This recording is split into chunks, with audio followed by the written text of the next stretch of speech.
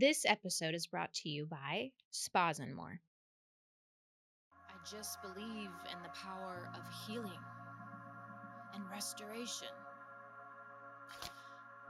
And I know that if we can just come together and speak about the hard things, we can finally begin to heal. So, this is where we heal.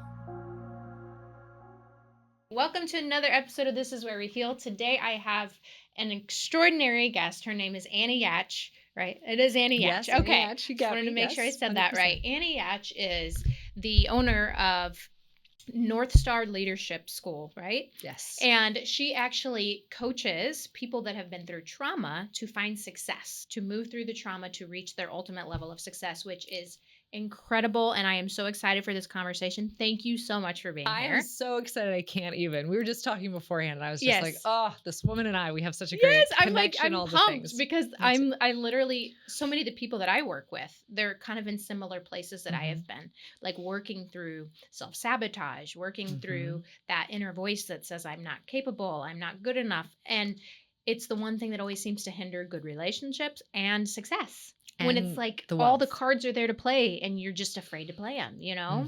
Well, it's not even that we're afraid to play them. It's really like the subconscious, because it runs 11 million data points a second, and your conscious mind only runs 40.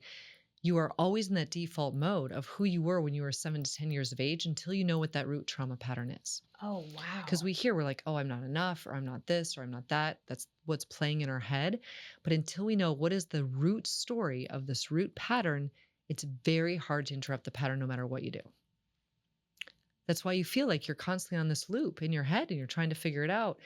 And what I've learned over time is if you're really going to go after trauma, you have to cover it in 4 different areas: intellectual, emotional, somatic in the body, and neurochemical. And up until probably 7 years ago, I hadn't found a way to address the neurochemical side. But I found a company about 7 years ago that dramatically fast tracks for men and women. But I'm a little preferential to women because I'm like, I want all the women to have this. Right. It helps you actually, if you think about all the negative neural thought or all the negative patterns in your mind, how you talk to yourself, right? They're all on one big lane highway that you've been running these thoughts down for probably 20, 30 years of your life, right? Yeah. In order to move any thought off that neural highway, you need to boost the neurochemistry to give you a chance to create that country road.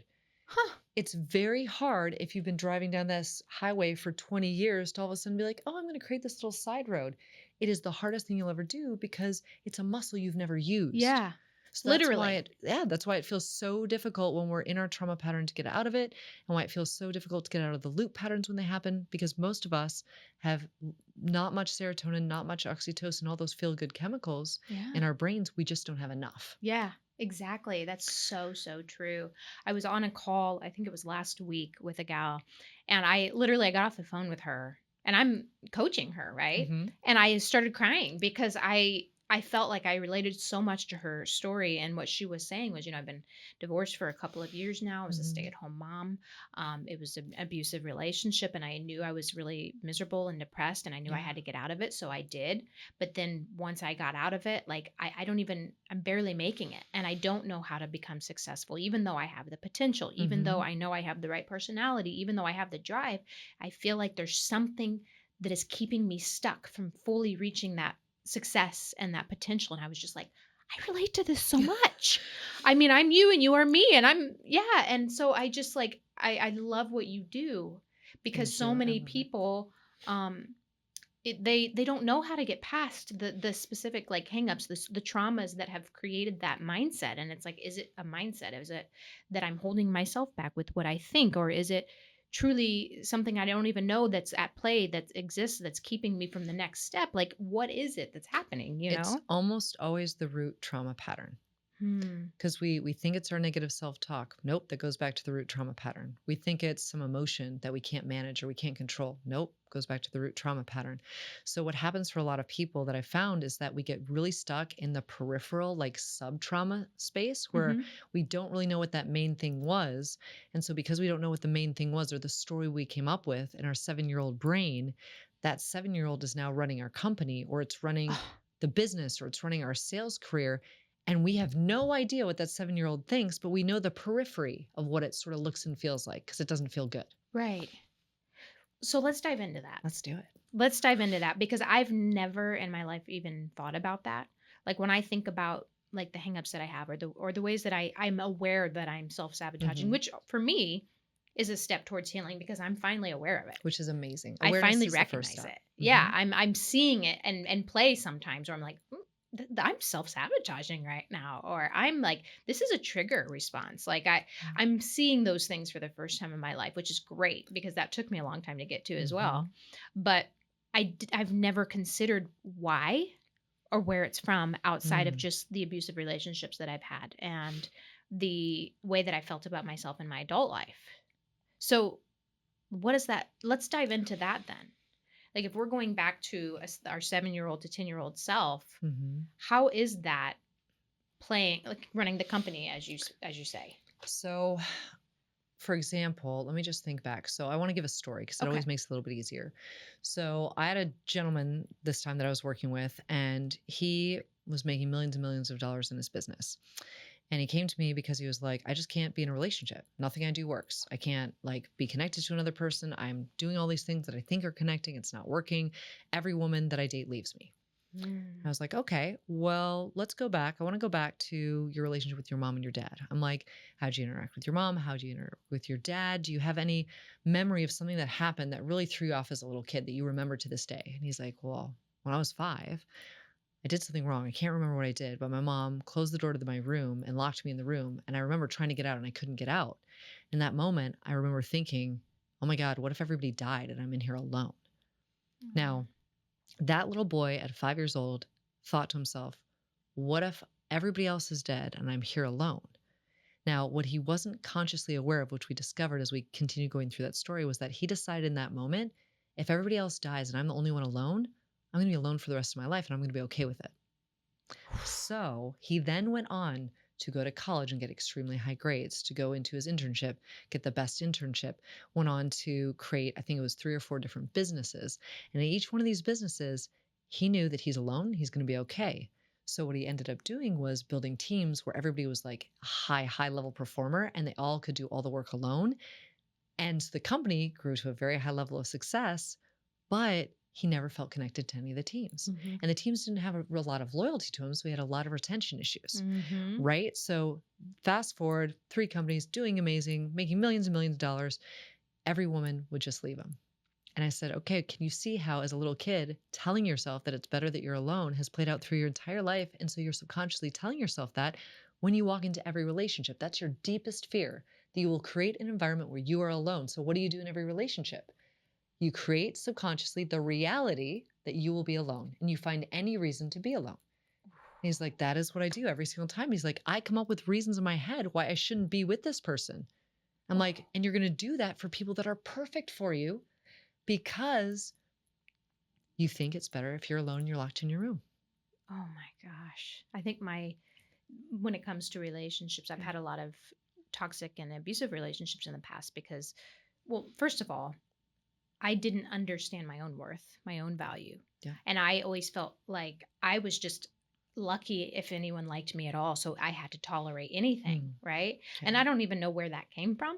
I probably just a lot of chaos as a kid. My parents divorced. My mom moved to Texas, and my dad ended up having 3 other kids, and to no fault of their own, they did the best they could. But it was kind of like there were times I remember just kind of feeling like I was just there, and I have this like thing in me, even with healthy connections with people. There's always this part of me in the back of my mind. I think they don't really want to be here with me. Okay, so let's pause on this because this is huge. Okay, so you just explained what happened with your mom and your dad, right? Yeah. So your dad was it 3 kids in another marriage? Yeah. So you were the tag along, right? I felt like it, yeah. Okay, so you're going to create a story in your head that you are always just sort of there. Yeah. And you have to make it work. And it's not what you want, but you have to make it work anyway. Yeah. So that would set you up to then choose people that were like your dad in a certain way. I'm not saying your dad was abusive, not saying your dad Yeah, was yeah. mean. All I'm saying was he couldn't be as focused on you or what you needed or what you Right. wanted. And you Right. couldn't even share what you needed or what you wanted because nobody could hear you because there were 3 other kids. Yeah. Well, 5 Or 5 actually. other Yeah, kids. but Okay, yeah. 5 other kids. Plus, you're bouncing between the 2. Yeah. Like, there's no stability there for Yeah. you. Yeah. So you're going to create an environment for a relationship that is not stable, where your needs and wants can't be shared, where you are alone most of the time. And when the other person, you just try to make it work and do whatever works best for them because you think if I give them this, then they'll give something to me eventually, even though they don't ever give you what you need or want. Oh, well, you just described it very well. And that makes me sad because that's exactly how it always plays out. Until Where I now. give and give and give and give and give and give. And I love to give. Of course. Like I'm a giver. Well, I love to help. I it's love your to please. superpower. It's your right? superpower because you learned if I give and give and give, then I survive. Yeah.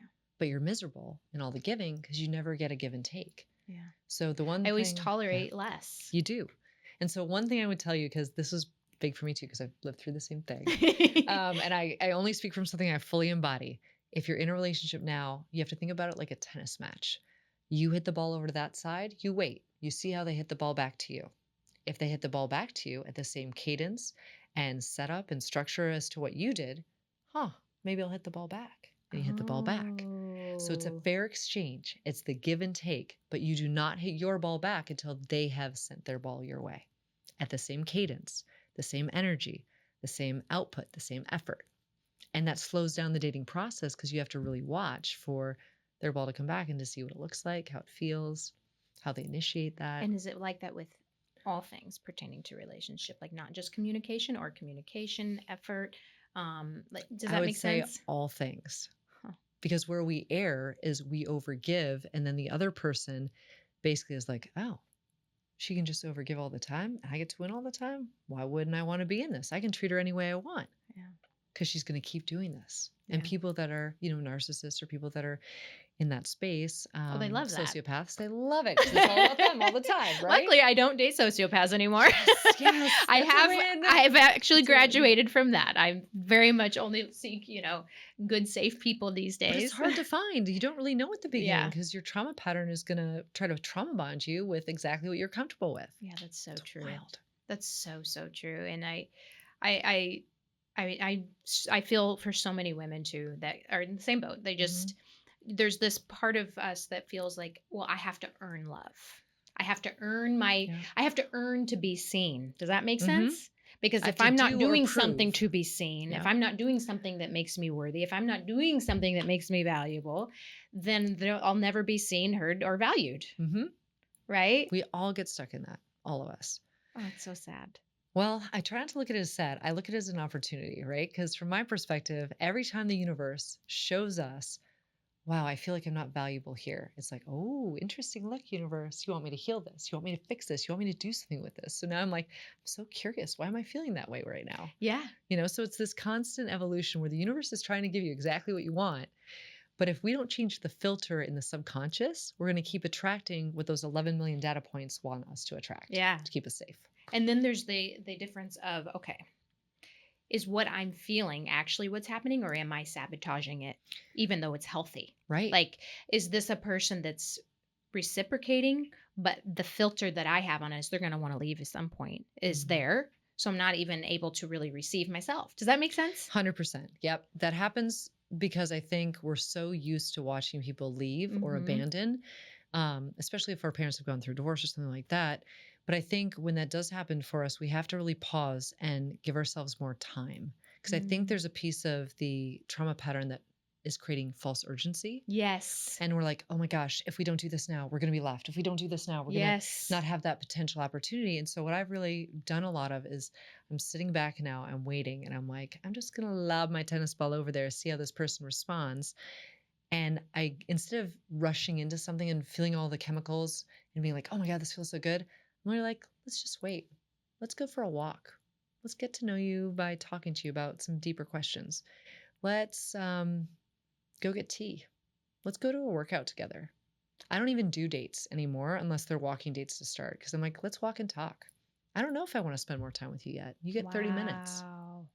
That's really powerful. Because again, it is our timing.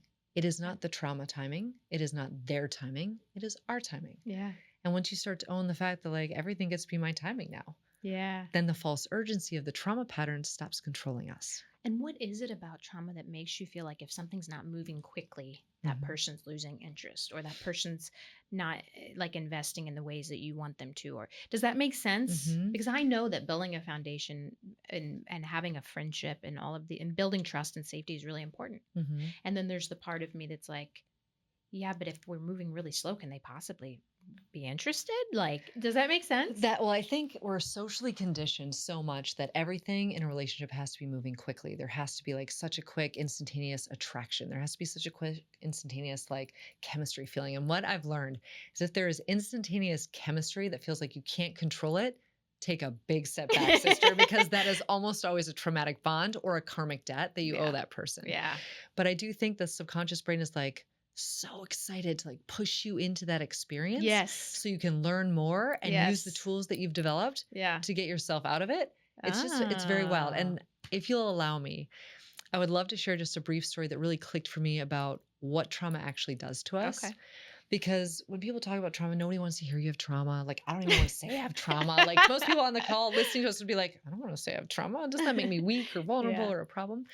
But the story that, I thought about that might share this the best and make trauma make sense is think about it from this perspective. If you're a cave woman and one day you walk down to the lake and there's a rock that is a black and yellow rock or a black and orange rock, and you're like, oh, what a pretty rock. I'm going to sit on this rock. You sit on the rock. It's not a rock. It's a saber-toothed tiger. It literally tries to destroy your face. You run back to your cave. And as you get into bed that night, after you've like obviously healed all your wounds, you're like, oh my God.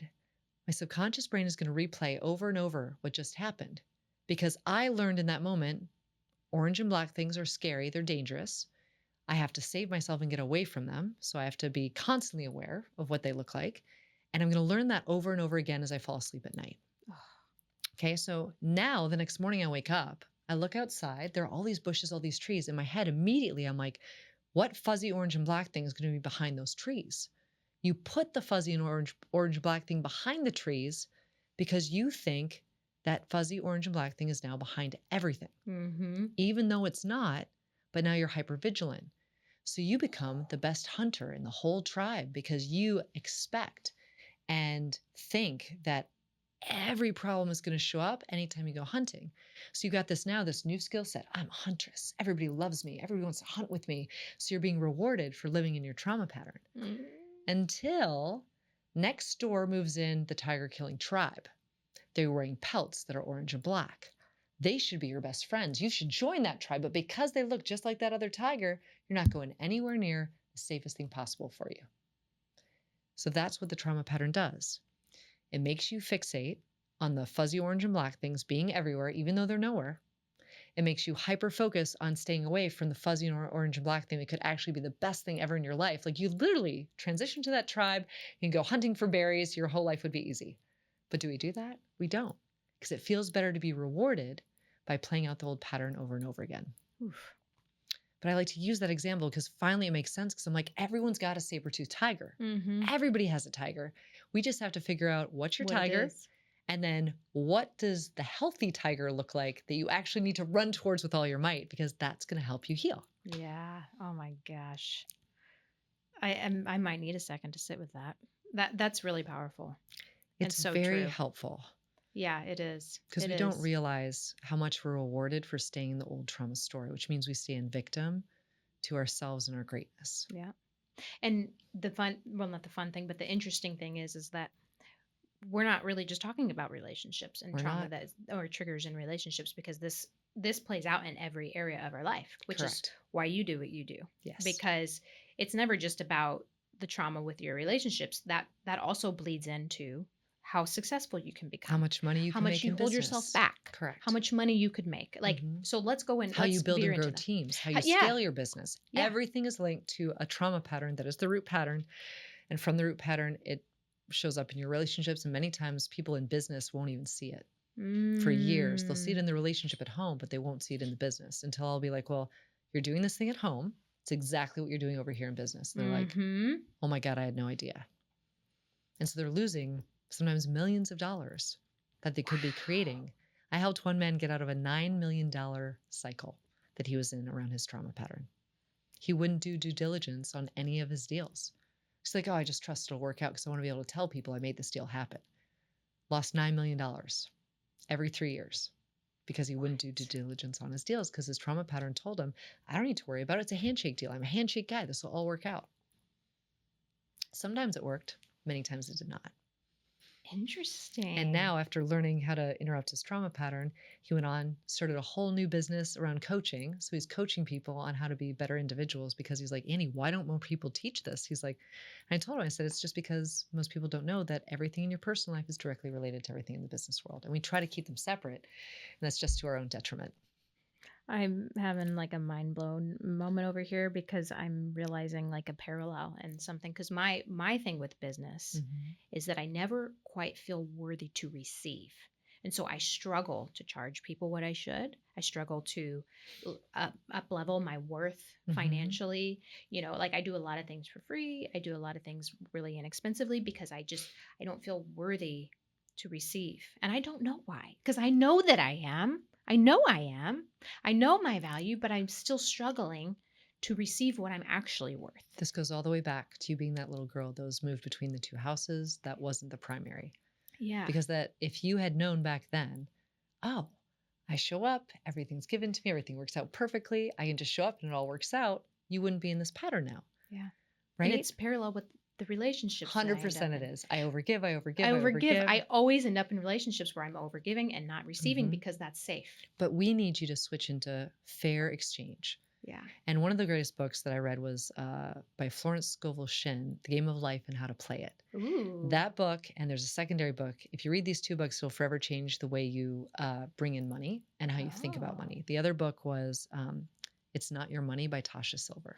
Ooh. I'm going to have to remember those. If you read nothing else this year and you just read those two books, you will see a change in your thought pattern every single day. Ooh. Really powerful stuff. Okay. So with that said, yes, we're in a situation. I'm going to pretend like I'm your client. Okay. Do it. I'm ready. And I'm telling you, I'm like, yes. Annie, I know I have so much potential to make probably millions of dollars with what I already have, with what I'm already sitting on. Yes. But I struggle not only in relationships, but in my business world to receive what I know that I'm actually worth. What do I do? Where do I go from here? So the first thing I would do is I take everybody through a process called superpower versus kryptonite, because I have to show you what the trauma pattern loop is for you to see it and be like, I do that everywhere. Because until you're invested in that being your loop, you're going to continue to not allow yourself to receive. That's right. Once you see the loop and you see the pattern, because I would show you, here's the negative pattern that you fall into, here's the positive success formula that you've never been able to dial in for yourself before. If you only, for the rest of your life, do these 5 things of your success formula, you will always trend to a high trajectory. So I give you all that in that one call.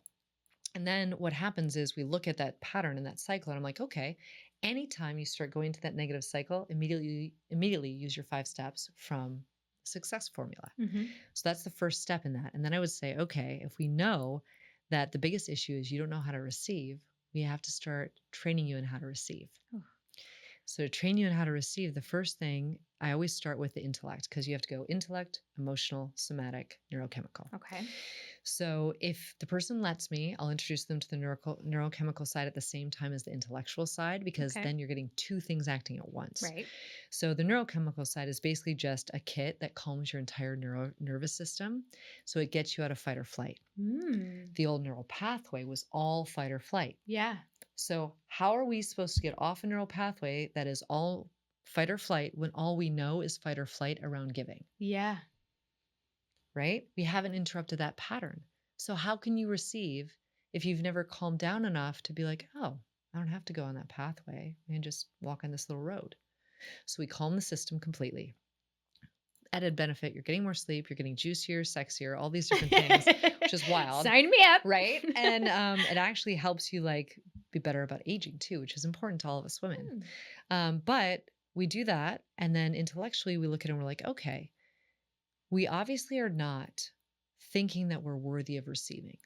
So we need to start putting out into the universe as much as we can. And we try to do it during the first 10 minutes of the day and the last 10 minutes of the night, because that's when it's the best time to prime your subconscious. So the first 10 minutes of the day, all I would have you do is I would have you close your eyes. I would have you imagine, say, for example, what it would feel like to have $1 million in your bank account. And you would feel it through your whole body. You'd start at the top of your head. You're like, oh my God, if I was feeling this $1 million, I'd be like, oh my God, I could wear whatever I want. I could drive whatever I want. I would have, maybe some help and support in my life if I have kids, right? So you're feeling the feeling. You're not visualizing it. You're feeling the feeling, because the feeling is what moves you. So for the first 5 minutes of the day, you do that. Second 5 minutes of the day, and I can't take credit for this because it's not mine. In Tasha Silver's book, It's Not Your Money, there's a beautiful prayer at the beginning of the book. Whether you pray or you don't, it doesn't mean it's a prayer. It's like a mantra. It's all about being wildly open to receiving. And what I had to tell myself about money was money is just energy. Yeah. And if I'm already a giver of all this love, and love is just energy, and energy is just money, and money is just love, and love is just energy, then what if every time I give from a place of unconditional love only? I don't do it from obligation. I don't do it because I think they need it. I don't do it because I think, oh, this will make them want me more. It is only from a place of unconditional love. So if you start doing that and practicing that, it changes the dynamic around how you give. Because what I realized was most of us are just women who are over givers. We do it from a place of obligation. And not even realizing. Not even realizing. Yeah. It. So we have to change the motivation in order to change the behavior, in order to change how we feel about it, how we think about it. And that's really the first step. Wow. And how do we know, am I giving out of obligation, or am I giving because it's who I am and what I love to do? Because I feel like I don't ever just give because I think I have to. I want to. Well, you want to because you think that will validate you. Oh. So we have to give up the need for validation, which is the hardest thing I've ever done, to be honest with you. So I will tell you and your entire audience, if there's only one thing you ever focus on to get rid of self-sabotage, imposter syndrome, and wealth issues, it's you talk to the little girl inside of you. You talk to her every single day. And this is, for most people, very emotional. It was for me the first time I ever did. I got so sad. I was crying, and then I was happy, and just a lot going on, because we spent our whole lives telling that little girl she's not enough. Yeah. So we put her over here, and we're like, nope, I'm going to go do this. But what we don't tell her is, hey, I'm the adult self. I've got you. You're never going to have to be alone again. I always have your back. It doesn't matter if nobody else has your back. I have your back. I'm here for you. And so I always teach this piece where you put your right hand on your heart, you put your left hand on your stomach, and you would normally like repeat out loud after me, and you would close your eyes. What you say is, hi, I'm listening. Thank you for sharing this with me. All of your emotions are good. All of your thoughts are important. Everything about you, I adore. You are mine and I am yours. I love you. Please forgive me. I am sorry. Thank you. Would it be okay if we are a team? Would it be okay if we do this life together? You say that a couple of times and your body starts to calm. Your heart starts to open up a little bit, and you're like, I never talked to her enough. I need to talk to her more. So you start doing this just as a little practice, but in the morning when you wake up, the first thing you do before you get up is you're like, hey, beauty. Hey, little one. What do you need today to feel good? What do you need today to feel loved?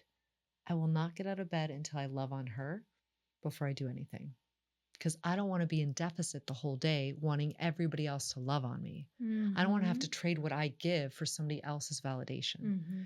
I want to literally give her so much love that I am unstoppable, that nothing can touch me, that if people don't say anything positive to me all day, I know that she is loved, and I loved her. Wow. That would be a powerful switch for even me, because, I mean, obviously anyone, but I'm just thinking about how motivated I always am to do for other people. So if I could even just go inside and go, okay, I'm doing for her. Maybe I haven't learned to get to where I'm doing for me, but if I can do for her. That's the first step. It's like you are the best friend to this little girl. Yeah. Like, and if you can even imagine her sitting on your lap and giving her a snuggle in the morning and be like, what do you want to do today? What are we going to do together? Let's do this as a team. Yeah. Changes the whole dynamic, because then it makes us not feel as alone. Yeah. And all of the self-sabotage, imposter syndrome, it all comes from our adult self being over here and our inner child or little girl being over here and thinking they can't talk. Oof. So I've got a lot of processes I do for women to bring these two parts of you together. But the strongest one is you just sitting there and building that relationship with her. Mm, And what you'll discover is that the feminine side of you has been undervalued by you your whole life. that's so true. So you talk to that little girl first, and then eventually you'll hear the female voice in your head being like, I don't want to do all the things. Like, I just want to take a moment. Like, I want to go call my girlfriends, or I want to get in the bath, or I want to listen to music and dance. And suddenly you have access to these parts of yourself you've never had access to before, and they want the best from you, and you want to give them the best. And Yeah. then the whole dynamic shifts. Yeah. That's so true. I'd love to know how you got started doing this, because there's so much passion here, so much knowledge here. So this is not just something you decided to do last month. Gosh, no, 15 years. So what is the story? Like, how Oh, did you become so yes. passionate about this? How did you become so passionate about this specifically Sure. and coaching women mostly? And like, just tell me all the things. Oh Start my from the gosh. beginning. Well, I'm going to get real vulnerable. I'm going to tell you the whole thing because, for a long time, I didn't think I had any value or any worth. I grew 3 businesses with my ex-husband, who was a former Navy SEAL. And I thought that if I sacrifice myself and I do everything for everyone else and make everyone's life better, then eventually someone would see that I'm doing this and they would help me make my life better. Oof. And I remember the moment that this all hit me. I was driving home. I had been working, I think it was a 16-hour day, drove into my garage, and I sat there with my hands on the steering wheel, and I'm like, I do not want to go inside. I just don't want to go inside. And on the drive home, and I will share this because most people are like, you're so happy, you're so free, you're so like loving. They're like, how could you ever have had a low moment? I'm like, on the drive home, I remember thinking, if I happen to just swerve into the curb just a little bit, I could probably get about a week or 2 in the hospital just recovering, because all I wanted to do was sleep. Because I'd been working, I think, 18-hour days Oh for my God. 3 months straight because we were trying to launch a business. And I remember I got home and I was like, I don't even want to go inside my own house. I don't even want to talk to my significant other. I don't even want to like engage with my kids. I'm like, and I had to do one last call. So I had to do a last call with a coach that we were going to hire for my ex-husband now. Mhm. And I remember getting on the phone with her because I would interview all the coaches and try to find the best one for him because he needed that, because we were creating all these things. And if he wasn't in on purpose, then I couldn't be on purpose. I had a whole story going on. And I called this woman and I was like, okay, I'm interviewing you to work with my husband. And she was like, well, why are you not interviewing me to work with you? And it hit me and I was like, what? I was like, what do you mean? And she's like, why are you in last place here? Oof. Ouch. Ouch. Ouch. Big ouch. And I just said to her, I was like, well, because he's the face of the company. He needs more help than I do. And she goes, wrong. You need to be in the best place for you. Otherwise, nothing in your life will work.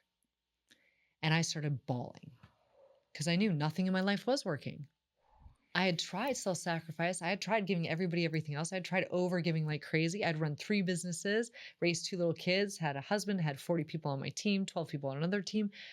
And I was the most miserable I've ever been. Oh, wow. And when she said that, I'm like, I think I'm missing the boat here. I'm like, I think something has to change. Yeah. What do you suggest? And she was like, I think you need to do something for yourself. And when she said that, I cried again because I'm like, I don't even remember the last time I did anything for myself. She's like, do you have any hobbies? I'm like, no. And she's like, what do you like doing? I'm like, I don't know. I don't like anything anymore. I mean, I lost it. And from that day on, the funniest thing was she was the neurochemical woman who had this amazing product. And I was like, send me your stuff. I got to get on. I got to try to be better. And I got this stuff and I'll never forget because everyone sees where I am now and they're like, oh my God, you've done so much work. But when I started, they sent me these sprays. I was like, this looks like water. It tastes like water. There's no way this is going to work. I'm like, whatever, I'll try it. So I sprayed it in my mouth. And I remember standing there and I'm like, I'm going to go floss my teeth. And I remember thinking, I'm like, it doesn't seem like a very big thing, but it's really a big deal. I haven't flossed my teeth in 7 years because I have done nothing for myself.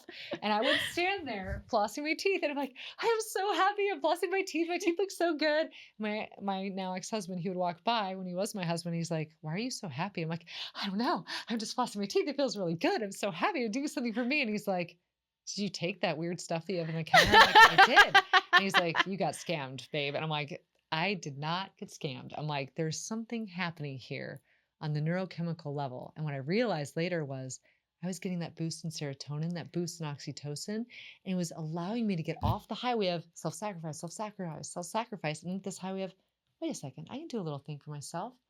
wait, it feels good. Maybe I could do a little bit more of this. So that was where it started, but it was all because I had spent probably 15 years of my life trying to make my husband into the best man he could be, to be the best leader he could be, so that maybe someday he would look at me and he would tell me I was beautiful. Just to like give you an idea, a snapshot of that. And so honestly, like once I figured this out, I'm like, I'm going to be so much better now because I've done all the counseling. I've done all the marriage work. I've done the counseling work. We probably spent close to 300 grand and anything you can imagine, counseling, therapy, coaching, retreats, psychedelic experiences, anything we could do to try to make our relationship better. And nothing was shifting until we calmed our nervous system down and boosted our nervous chemistry or our neural chemistry. Let's take a quick break for me to tell you about Simply Worth It, a clinic of trusted nurse practitioners who are focused on personal weight management, optimizing your health, and working with what your body needs to build confidence through safe and effective medical solutions. Simply Worth It is different than all the rest because they only hire nurse practitioners, not just medical assistants or nurses. With these skilled practitioners, they are able to provide a safer, more specialized service to get you to your specific goals. They have 3 locations that are going to serve you in Wentzville, St. Peters, and South County. Visit simplyworthit.com. That's Simply Worth It, WURTH it.com to set up your new patient consultation today. Wow. So it was 15 years of trying every possible thing to help either one of us get better. Some things worked, some things didn't. Everything that worked went into my methodology that I now use all the time. And thousands of men and women's lives, I believe, have been saved by them, not me, by them taking action and deciding a calm nervous system and a smart emotional mastery of my own brain is worth everything. And now they're making emotional mastery. millions. That's it. Emotional mastery. Emotional mastery. Which is really hard to do. Very hard unless you have healthy neurochemistry. Yeah. And tools. And all the tools. Yeah. Yep. So that's where this all started. But you actually, with the school that you have now, this is your own thing. This is my own You thing. started this after your divorce. I started this after the divorce. So I know that things looked a little different. And there's probably, in a lot of ways, you were starting over too. Yes, 100%. So what did that look like for you? Because most of the people that watch my show, most of the women in particular, not all women, but they're either thinking about divorce, in the process of divorce, or coming out of divorce. And they're literally starting over. Yep. And you've been there. Been there. Literally been there after building 3 businesses that you no longer have. Correct. Having to completely start over in every way, mentally, physically, emotionally. Financially. What did that look like? And how did you get from there to the probably rock bottom, I would have to guess, to a certain degree, to who you are now? Well, I would tell you that it was the hardest 2 years of my life. I wrote down a lot of the lessons because I just felt like once you go through that, other women find you because they need that guidance, they need that support. But the biggest lesson I would say that changed the game for me was when I was in the divorce, I was in warrior mode. I was like, I will get this all done. I have to be a warrior. There's no room for emotion. There's no room for feeling. There's no room for processing my emotional state. And I have done all the work, right? And what I realized was, I'm like, I am creating so much suffering for myself by being someone that I am not. Oof. Because I think as women, and maybe I'm wrong, so if I'm way off, ladies, you tell me. But I think as women, we take on this warrior persona because we're so afraid to be the tenderhearted, loving, gentle woman that we actually are. Yeah. And we think the world's going to destroy us if we don't step into warrior. And as I was in this warrior place, every interaction with my spouses who were going through this was so hard. I was suffering. I was crying all the time. I thought I was going to lose my family. I thought I was going to lose my apartment. I thought I was going to lose all my friends, right? Because people change up the game once you get divorced or separated.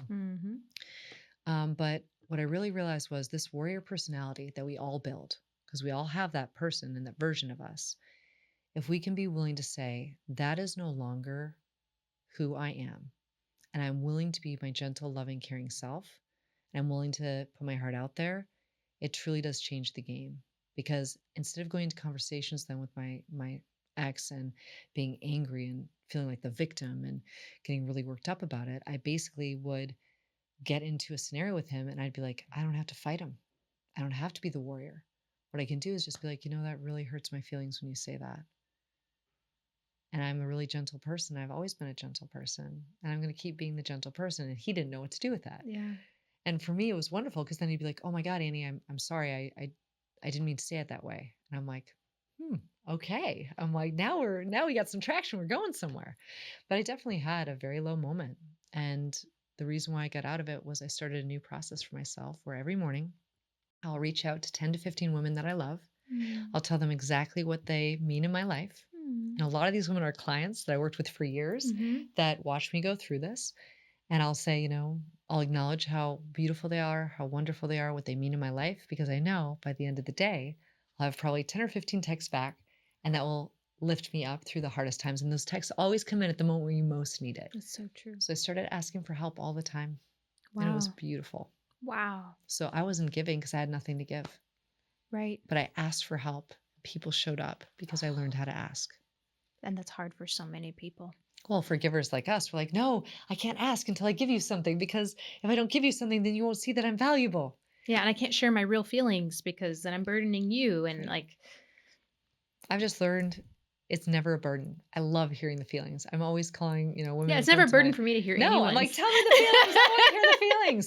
But can't we also look at ourselves and be like, our feelings are so worthy. They're so important. That's why the first things we say to our little girl is, I love all of your emotions. I love all of your feelings. All of your thoughts are important to me. Yeah. Tell me more. And honestly, speaking of relationships, the person that you're with should feel that way too. Yeah. Not that they should expect you to be perfect. Not that you should expect them to be perfect. Not that you should expect them to be able to show up for everything, because some of the work is our work. Correct. But they should still feel like they love every part of you. Correct. And can embrace those parts of you. Right? Well, when we're in healthy relationships, everything feels really different. Well, let's talk about that. Okay. What do you want to know? What do we want to say? I'm trying to figure out what I can say here. I know, right? So you're in a healthy relationship. I am in an amazing relationship. An amazing. It's amazing. The way you're saying that, I can tell. Oh! He's the best. I've never been happier in my whole life, and I'm totally in love with him.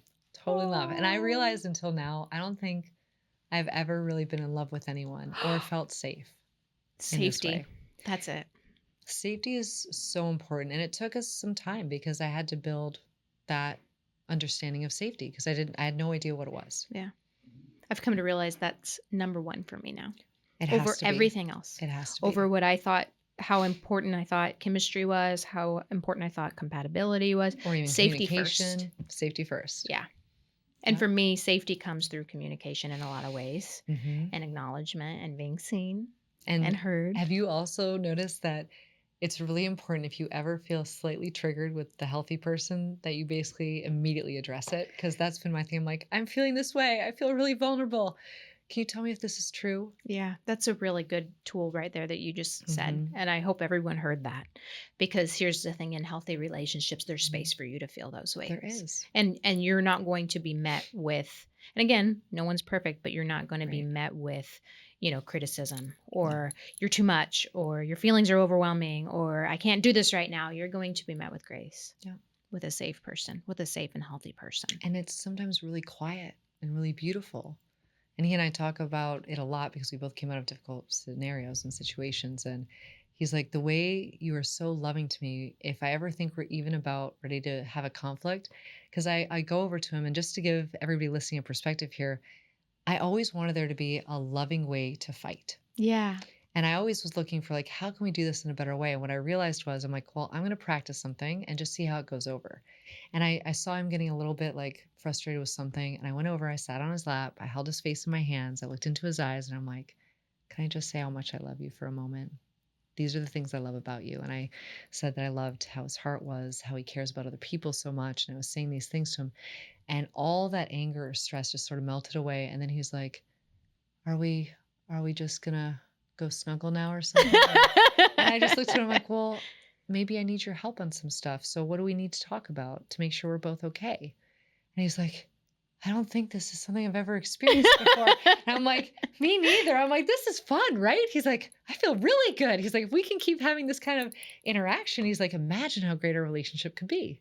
Yeah. So I think you just learn so much. You do. I think one of my fears with, even in healthy like situations with people Yeah. is I'm always afraid that if I pour out too much of my heart, or if I'm too open or too Yeah. soft and gentle like this, which I want to be, and that because that's who I am, and It I is. am. I It's still totally am who that you way, are. Totally but who to a degree where I still hold myself back a little bit Mhm. from fully being my most loving, authentic self, Yeah. because there's a part of me that feels like, oh, my love's too overwhelming. Like my softness, my girliness, my lover girl in me, it's too overwhelming. Like that person's gonna push me away a little bit because they're gonna feel too overwhelmed by that.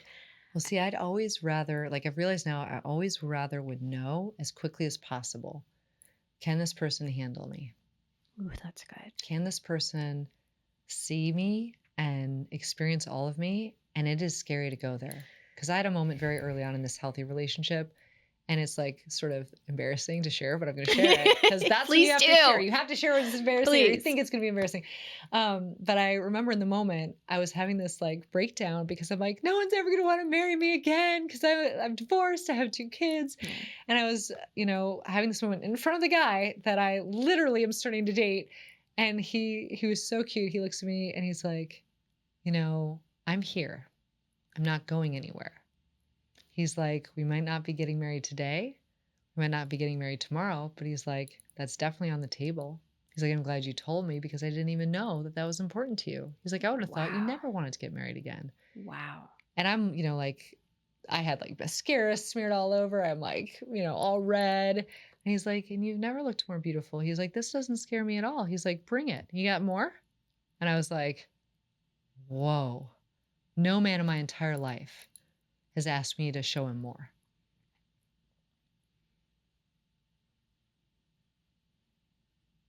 And I want you to be able to do the same because if you show someone all of you and they can't handle it, they're not your person. We walk away. If you show everyone as much of you as you can and they stay and they meet you, okay, I'm willing to hit my tennis ball back over. Wow. But you are deserving of all of that. Like even hearing a man say that, like when he said it to me, I started crying again. I'm like, is this real? I'm like, how can this be real? How could somebody, and like, how we have masculine and feminine, right? He also said to me one time, he's like, I love all of you. He's like, your masculine is sexy as heck. He's like, your feminine is so beautiful. He's like, does it take a little time sometime to get you out of your masculine? Yeah, but he's like, who better to do it than me? I'm just like, who are you right now? But when people tell you, you have to love yourself first before you can be in a loving relationship, yeah, you have to have some degree of love for yourself. But until you're in a relationship where you actually feel a little bit more safe, you can't really learn how to do fair exchange or how to do this give and take. Like you really need that safe container to be set. And unfortunately or fortunately, as women, we have to be willing to be the hurricane and to show them who we are as the hurricane to see if they can meet us. If we never show them the hurricane, they will never meet us and we will never find our person. And your hurricane is beautiful. That's wild and so good to hear. Yeah. It's beautiful. Because I think that's, and I'm sure a lot of women can relate to that. That's the thing you're afraid to do. It's the is most to just come in fully thing. 100%. This is me. This is how I feel. This is how intense it feels for me. And if it's too much for you, that's okay because then you're not the right person for me. But as someone being able to say to you, sorry, that like, oh, you got more, bring it on. Like that really got me. Yeah, bring it on. I can't even imagine hearing that. It was the most, I mean, I've had some of those beautiful moments in my whole life with this man. And it's only a recent thing.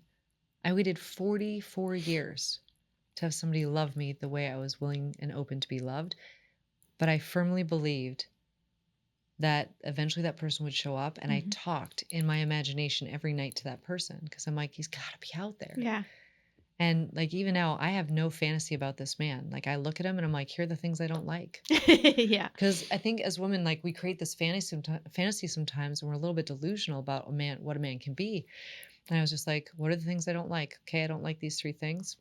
Could I deal with that if he never changed? Yeah. 100% I can. Yeah. But in the past, I would have been like, I don't like a lot of these things, but he's going to change and I'm going to change Yeah. and the world's going to be better because Yeah. we're going to change together and grow together. No. Do you like the person exactly as they are in this moment? If you don't, walk away. Yeah, that's so true. So true. But also what I love about this too for you is that it's a reminder to all the people that are listening that it's never too late.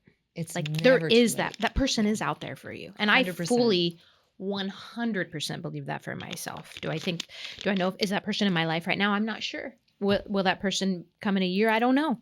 But I know God has that person for me God without 100% does. a doubt in my mind. Here's another way to think about dating too, which I think will help, because as women, we're always like, well, we know our guy's out there, but we don't know when he's coming in. I used to think about dating like, oh my gosh, if I get out of this, then I have to go out there again. I have to try all these new things. And what I shifted in my mind was, every time you date someone, you learn a very important lesson. Then you upgrade to level 2. Annie, you have reached level 2. And I'm like, ooh, there's going to be another lesson. The person's going to be even cooler, even Yeah. better. Then I'm going to break up with that person. Then there's going to be another lesson. Yeah. And what I tell myself is, even though I'm madly in love with this man, if we were to break up, the next level is going to be even better. That's so true. So if we can think about dating that way. Can honestly say that's true for me too. It's so true. Every woman you talk to, it's so true. They Yeah. always are up leveling. Yeah, that's We so get true. bored if we're not up leveling. Oh, I mean, it's so true. And I can I can say, like, despite, the certainties that I would like to have one day, I see the changes in who I am and showing up in connection and the things that I expect and want for myself and the way that I value myself more, for sure, But so with all of that said, Yes. with this pertaining to success, Mhm. because again, like we're talking to a lot of women and men that are coming out of divorce and now they're Mhm. starting over. They have to be successful now in a Yes. ways they haven't maybe had to before. Correct. And there is that one thing that holds them back of like, well, we'll use my story for as an example and we'll talk through that. But like I've had the tools, Mhm. I've had the means. What I haven't, what the one thing that's always standing in my way is me. Mhm. So for me, sometimes it looks like procrastination, going into like a disassociation and just not wanting to do any of it, right? Mhm. Sometimes it's I get inspired and I do it for a few minutes and then something in me is like, what are you doing? You're wasting your time. And then there's the parts of me that are like, well, it is my obligation to give and not receive. It's my obligation to always give and pour into other people and not receive. I don't know why. I don't know why. I don't know where that comes from. But what's the number one thing? If you could go back to yourself, let's say that. If you could go back to yourself post divorce, right? Yep. And you're looking at your life and you're like, okay, I'm starting from page 1 again. Mm-hmm. What do you think it is that you would tell yourself back then? Like, start here. This is where you start. Well, looking back on that time, I think, thank goodness I had learned emotional intelligence. Like I had been doing work on that for a while, because I started with the concept of enrollment. And so from my perception, when you're having to reset yourself completely in life, the number one skill you need to have is learning how to enroll others in your life. And the way I look at everything in life is that every single one of us teams with everybody else around us. So the most important skill you can have is, how can I team more effectively with somebody else? And so what I would do is I would think about, okay, I need to create money, right? So because I went from literally running 3 businesses, having a salary, having all these things, to having 0. Literally nothing in my bank account, nothing to do with it. And, basically being told, go make it work. With 2 little kids living in Utah with no family around. Wow.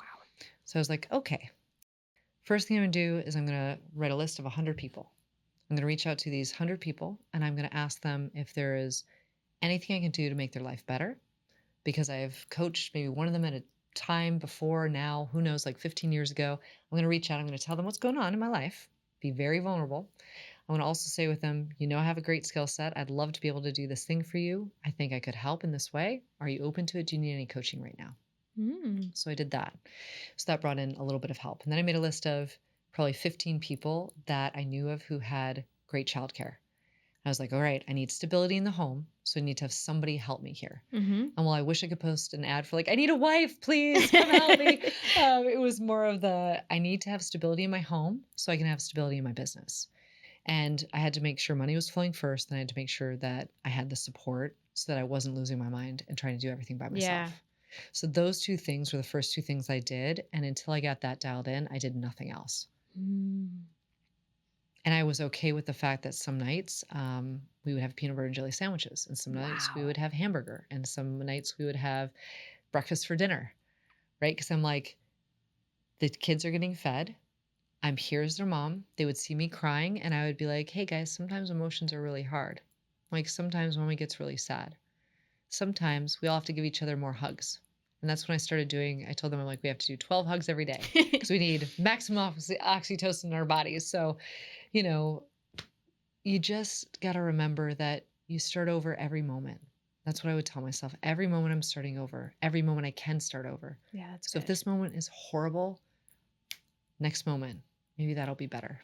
Oof. And I have a ton of tools to do that just because I feel like we're in one reality and it feels horrible. So I'd be like, okay, close my eyes. What reality do I want to be in? What do I want to be true in my life? What do I want to be true? And I picture what I wanted to be true. And I'm like, well, I'm going to live there for a little bit, at least in my imagination. I think imagination is the most important thing that all of us can do when shit hits the fan, our life is at zero. We have to imagine what a different life would be like. Oof. Gosh, that's really powerful too. Being able to imagine it. Mm-hmm. I heard this. Well, I did this paper one time when I was taking some classes in college, about like what the percentages of us are of success from kids in like poverty areas, and the number one determining factor for success for a child that grows up in like the type of schools that aren't funded and all of that was, did they have someone, just one person that could show them how good it could look, one mentor. Yeah. And so it really does tell you that like if you can't imagine it, you can't have it. You can't have it. So you have to be able to sit with, like you said, like the practice of sitting in the mornings and seeing how it feels, like just sitting with that feeling of that ultimate success for you, whatever that looks like for you. Maybe it's not $1 million, but being able to sit with it and feel it and believe that it can be real for you. And I use that example of like sitting with the feeling of it, not because I like made it up, but because because I worked with a lot of the Navy SEALs, right? And when I would work with them, I was so intrigued by how are these men able to do the most elite things? Yeah. And I was like, well, if I could backwards engineer how their mind works and how they plan for these elite missions and they have like 100% success rate, I'm like, what if I could take that to normal people like me and you? Maybe we could do something great in business with it, right? And so I remember when I talked to all these Navy SEALs about how they plan and they start with the emotional feeling. How does it feel in the battlefield space to be successful? And I was like, well, if they can do it, why am I spending time focusing on anything but how it feels when I'm successful? So every day, every morning, throughout the day, how would I feel when I'm successful? And I would close my eyes. I'd feel confident. I'd feel like happy. I'd feel excitement. I would feel like I was being adventurous, right? So I started doing that all the time. And I'm like, well, if I can feel it, now I can go after it. Whew. Man, I need to put that into practice more. It is the best practice between that and your inner child. If you do only those two things, you feel the feeling of you being successful and you talk to that inner child and build an amazing relationship with her, almost all self-sabotage, almost all imposter syndrome, any issue in your life can be changed. So healing the inner child or working with the inner child and feeling the feelings of success for you. Yes. And everything's customizable, right? Your feeling of success is not somebody else's. Yeah. So stop comparing yourself to what you see on social media, right? Like, what would success feel like to me? And everyone laughs because they're like, you're so happy all the time. You're so content. Like, you don't do a ton of these different things. You're like at home with your kids, snuggling with them. You're traveling to speak, right? But I don't do anything anymore unless I'm able to say, is this fun for me? Am I having fun doing it? Am I joy-filled as I do it? Yeah. So I was so excited about this podcast because I'm like, oh my gosh, I can't wait to talk to you. And I had so much joy. I was like, okay, I know that's the right move. I know that's the right thing. Yeah. And trusting the way you feel is really important too. Very true. So what are some of the things that you took away from training or from coaching? Like you said, you coach Navy SEALs? Well, I worked with probably 10 to 15 Navy SEALs over a 5 to 8 year time frame. Okay. And so I learned a lot about the way their brains worked. And I ran some operations that were not in the military operations, but operations when I worked with Disney and Jerry Bruckheimer's group to target people that were stealing movies out of theaters. I don't know if you remember that I back when kind of they used do. to have DVDs on like the sides of Yeah. the street in New York, and people were like camcording Blockbuster videos, and it was Yes. like a $30 million problem that was going on. It Yes. might have been even Yes. more expensive, but I was tasked with getting these groups of Navy SEALs together to go out and basically shut this stuff down by finding people camcording in theaters. Oh my God. And I was like one of the only women doing it. That's so random. So random, right? I'd be like, under the cover of darkness, Navy SEALs, come on in, and like, hang these things from the ceiling so we could track these people. But during that process, I asked a lot of questions. I got to know these guys. Plus, my background, because I went to Georgetown for my undergrad, was Yeah. in counterterrorism, counterintelligence, and Oh. international security. So I was always so fascinated by like behavior change. How do we change our behavior? How do we change our neurochemistry so that we can do more, be more, all the things? And what I found out later was like, that's all people care about really is performance. How do I improve my performance? And I'm like, well, I didn't think it all went back to leadership, neurochemistry, and trauma patterning, but it all really does. So that's how I ended up doing a lot of this and getting so geeked out over it was. Wow.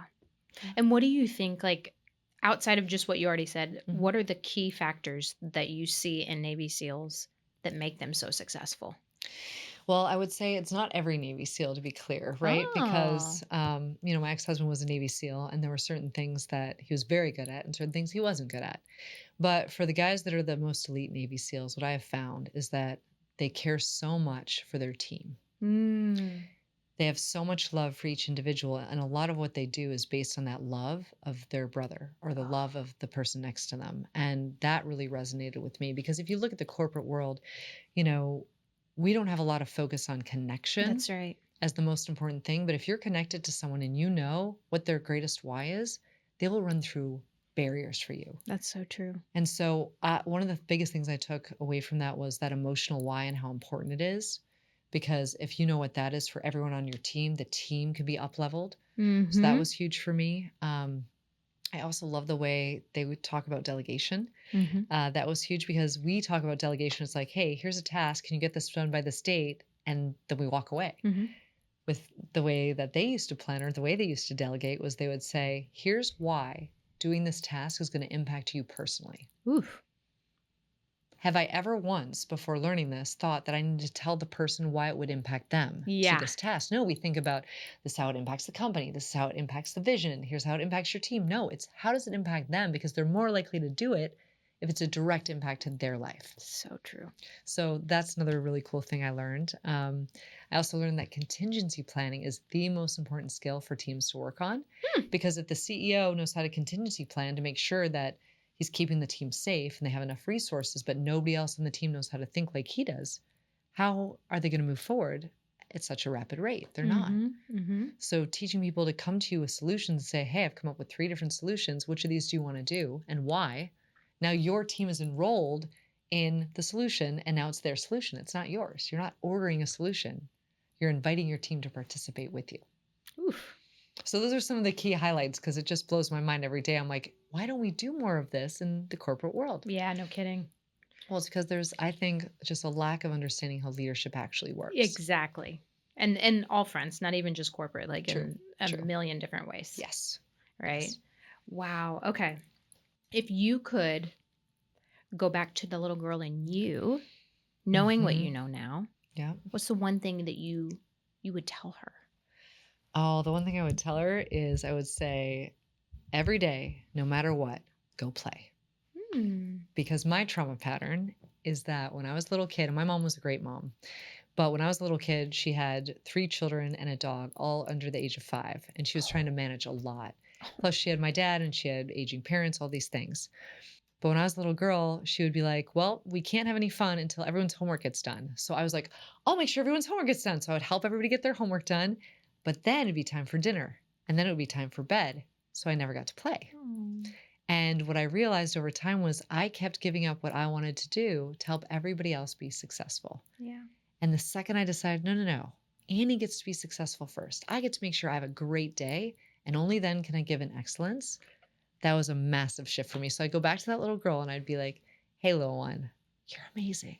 You're going to have an amazing life. And I would love for you to take 15 minutes and go play and then come back and see if you can help some people. That's so good. Oh my God, that is a life lesson right there. Oh, that's why I love trauma stories, because every time somebody identifies their trauma pattern, literally I can show them how that trauma pattern has given them an incredible lesson to serve humanity with. Wow. And once you have that, you have more purpose for everything you do in life. Gosh, that's so true. Trauma is linked to purpose. You That's just need right. someone to help you identify what is that root pattern and how does that drive you more into your purpose. Mm-hmm. So for any woman who's listening now that, she's kind of just in that space in her life where she's going, I don't know what my purpose is. I don't know how to find success. I don't know who I really even am right now. What advice would you give her? I would tell her something very simple, but it also sounds a little bit complex. So I'm going to break it down. Okay. For all the women listening, and men too, I want you to look at your life. And I want you to look at your life for where are you suffering? Because wherever you are suffering in your life, there is a lie that your subconscious is telling you. You will look at suffering and you will be able to identify, wow, there's some lie that my subconscious is telling me that I know cannot be true any longer, but I've been living in it for a really long time. So any area of suffering in your life, there is a lie of the subconscious that is linked to that massive trauma pattern. You can find lie after lie if you look at place of suffering after place of suffering. And the way you know that this has changed for you is when you look at the lie, you can see the truth, and then you're living in ease. Because wherever you live in ease, that's where truth lives too. Oh my gosh. That's really good. It really helps because, like, if I'm suffering, I know I'm telling myself a lie, and I'm like, oh God, what's the lie? I've never heard that before. But oh my gosh, is that true? So easy. If you're living in ease, you're in truth. If you're living in suffering, you're living in a lie. Let's uncover what the lie is. Oh my gosh. My life's about to change. There's so many. Oh, so many good things. So many. Oh my gosh. I can't thank you enough. I wish we could talk for 17 hours, to be honest. And we'll just have to have you on again, I guess. Call me back. I'll come back anytime. Yeah, we just have to have you on again. Maybe we just need to do like a monthly training or something for me and everyone else. Why don't we do something like that? That'd be so seriously, helpful. I'm Literally about to a start monthly training. I'm about to start my community group through a company called Joina, and I want to have people on like at least once a month. Please just invite live, me. I would and love like to help. this would be. I would love to help. So good. Well, I love what you do. Oh, I think it's really so beautiful. much. I think it's so smart and intelligent to work through trauma to help people find success, because again, it really does all boil down to that. It does. And the limiting beliefs that we have and the lies that we tell ourselves. Yes. But I also just think your story is really powerful too. And I hope you're proud of yourself.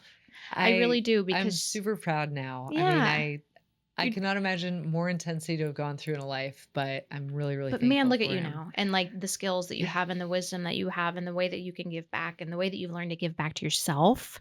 Well, this is the same thing with you though, right? Yeah. So as you keep on this journey, which you're obviously on, you're doing amazing at. Thank You're you. doing so wonderfully, right? And you're becoming even more confident, even more who you are, right? Even more authentically you. Like, bring the hurricane. We all want the hurricane from you. We want to see it. You're so right. It's true though. You're Like, so you right. are a hurricane. Like, bring that force, bring that energy. Like, don't be afraid of it. Because like every woman who's listening on this call knows you're a powerhouse. We all know it. We just want you to know it. You're going to make me cry again. Stop it. That's what we do. I'm a powerhouse that cries. That's what it is, that's folks. Who we are. I love it. I love it. Thank you so much. I can't wait to have you back. Thank you so much. This was amazing. Where can people find you? You can find me on Instagram. I'm NorthStarLeadership.Annie, ANNIE. Okay. People send me DMs all the time, and then I take those DMs and I make a specific video just for the question you asked. Oh, I love that. And that way your question gets answered for everybody, because everybody has very similar questions. Yeah. So don't be afraid to DM me, NorthStarLeadership.Annie, ANNIE. Well, that's perfect. I hope I have a feeling a lot of people are going to be coming to you for this, because I know so many women that could use like your expertise, and it's just amazing. So thank you again. Thank you for having me. It was wonderful.